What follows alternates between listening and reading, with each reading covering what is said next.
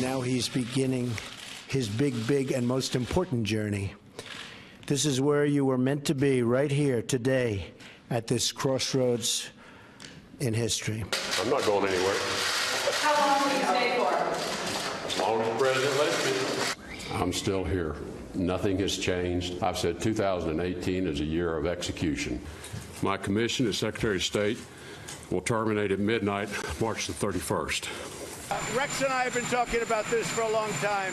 We got along actually quite well, but we disagreed on things. So we were not really thinking the same.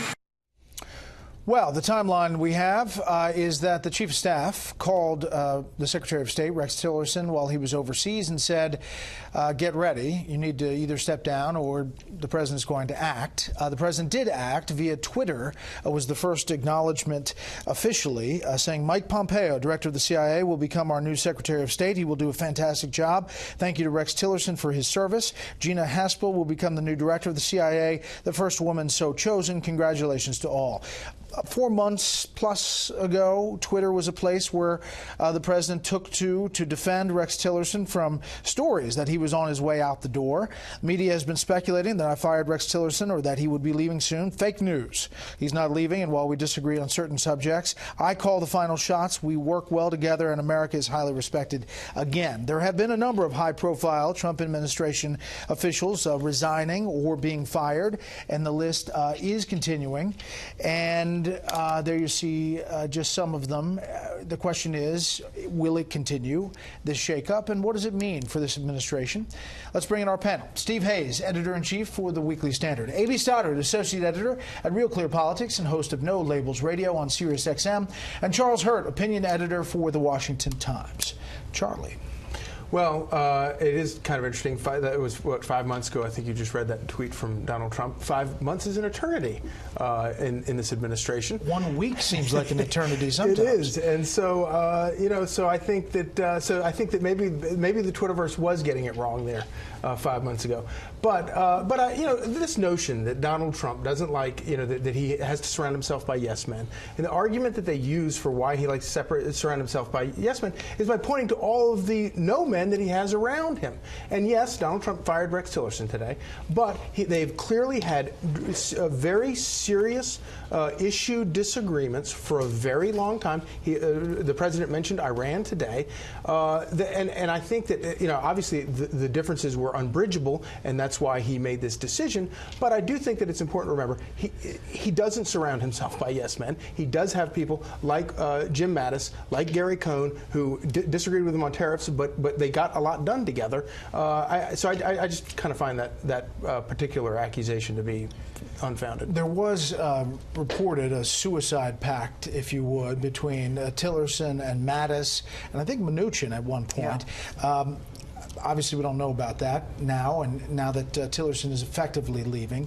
If you put up the bullet points of disagreements, rifts, if you will, the Iran nuclear deal is number one. North Korea's strategy, they were on different pages even this week with that. The Qatar blockade, China policy, Russian meddling and initial response to the poisoned Russian spy, tariffs, big rift there, the Paris Climate Agreement, and the Charlottesville response. I mean, there were a number of them.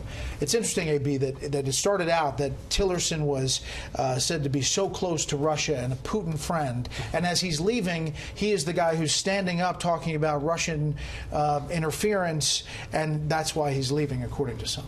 Well, everyone looks aggressive on Russia next to the president, but I think if you put Mattis up right now, you'd have a bunch of bullet points on which he disagrees. People in this administration in national security and foreign policy have spoken on separate pages from the West Wing many times. It's really a hallmark of this first year plus.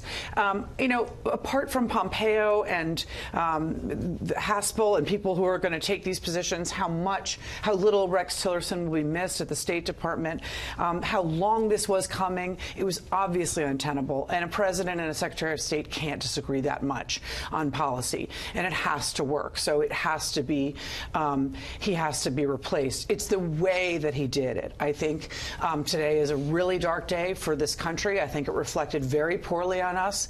Unlike Charlie, I'm pro-stability, and it was the way that he did it by humiliating him, and which is cruel and unnecessary. And the timing, I think, with the why didn't he do it 6 weeks ago? The timing with the North Korea summit, I think, is terrible. So the further destabilization and dysfunction of this government is always an advantage to our adversaries, and that just seems to be a constant theme, and I find it frightening. Well, Steve, you know how it was done, obviously. Secretary Tillerson today did not mention President Trump in his remarks as he was exiting the State Department, which was notable. On the Iran deal, if passing Senate nomination hearings and a vote, Director Pompeo has a long history of opposing this Iran deal. I asked him about it in an interview not too long ago. When you were Congressman Pompeo, I asked you about the Iran nuclear deal. Here's what you said. Is there anything, Congressman, that is good out of this deal? But I can't think of a thing. Not one. I can't think of a thing that has put America in a better position as a result of this deal. Now, the president has this decision whether to reauthorize the Iran nuclear deal. Do you have a different perspective today? I do sit in a different place, and so my role is a bit different. This is what I would say.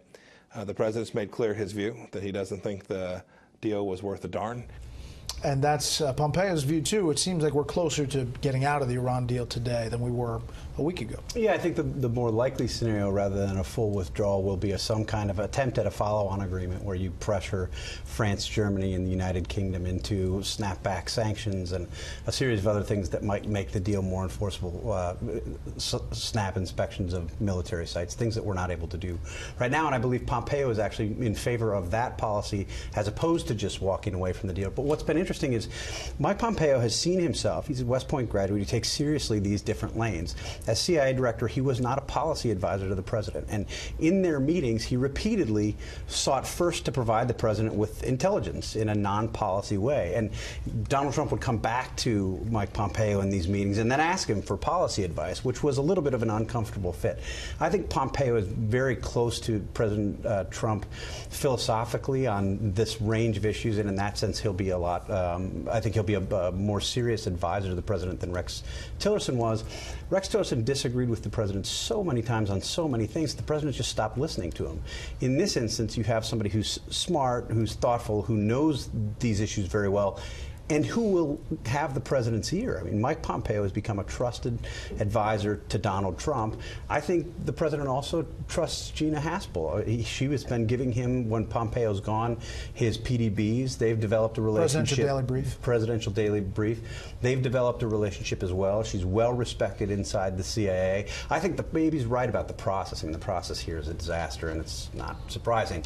But the outcome, I think, is a good outcome. Is there any doubt that this is going to be, that Democrats are going to try to use these hearings for, a number of different things, but is there any doubt that both of these folks can get through, Pompeo and Haspel? I think even Haspel, who has the bigger problems because of her involvement in the enhanced interrogation technique stuff, has more of an uphill battle. But from my conversations with people on the Hill today, even she will get through with some Democratic votes and maybe lose some Republican votes, but that she will get through. AB? Oh, I agree. I think she's going to be made to respond about black sites and enhanced interrogation techniques from a long time ago at her hearing, and they'll move on. I don't think that she's going to be opposed. Anything can happen. Yeah. She could end up with a gambling problem or being investigated for financial crimes by the Department of Homeland Security.